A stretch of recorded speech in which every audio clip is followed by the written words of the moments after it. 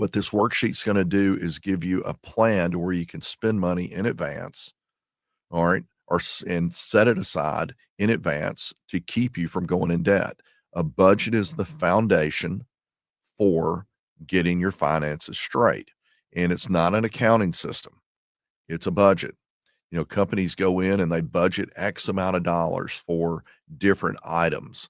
And at the end of the year, one of the things I've always said, and I've been doing this, I spent about 3 hours just a few days ago just going through all of my expenses for my business and for my personal expenses. And when I started looking at it, I mean, it's, so many different things. And so the first thing I always do is I make the assumption that this is my income and I have no expenses. If I didn't have this expense, would I rehire it back?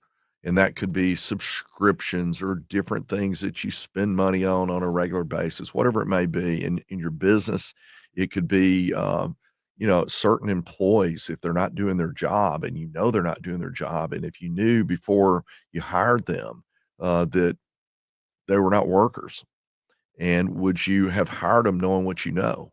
And if you wouldn't, that's the time when you start, cutting back. That's how businesses stay in business, by making sure they have A players all the time. And if people are not A players, guess what you have to do? You have to find somebody new.